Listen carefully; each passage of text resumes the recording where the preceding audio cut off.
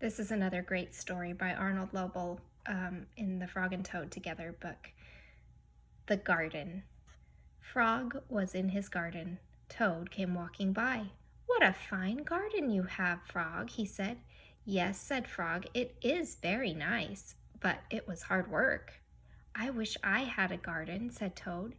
"Here are some flower seeds. Plant them in the ground," said Frog, "and soon you will have a garden." "How soon?" asked Toad. "Quite soon," said Frog. Toad ran home. He planted the flower seeds.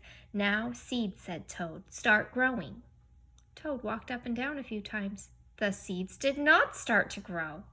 Toad put his head close to the ground and said loudly, "Now, seeds, start growing." Toad looked at the ground again. The seeds did not start to grow.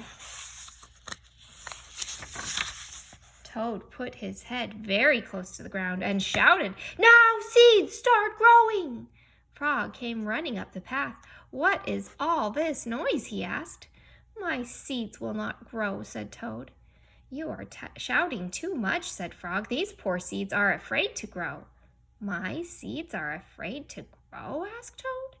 "Of course," said Frog. "Leave them alone for a few days. Let the sun shine on them. Let the rain fall on them. Soon your seeds will start to grow."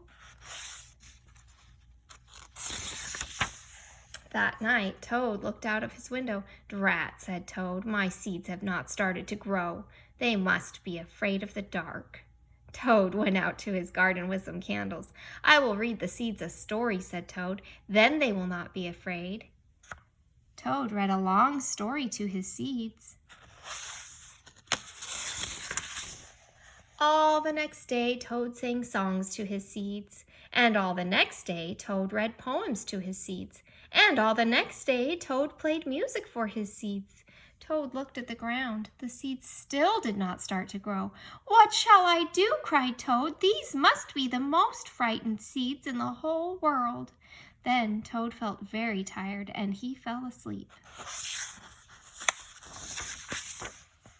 "Toad, Toad, wake up," said Frog. "Look at your garden."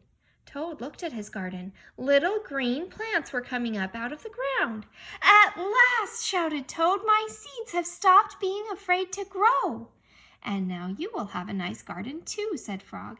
"Yes," said Toad, "but you were right, Frog. It was very hard work."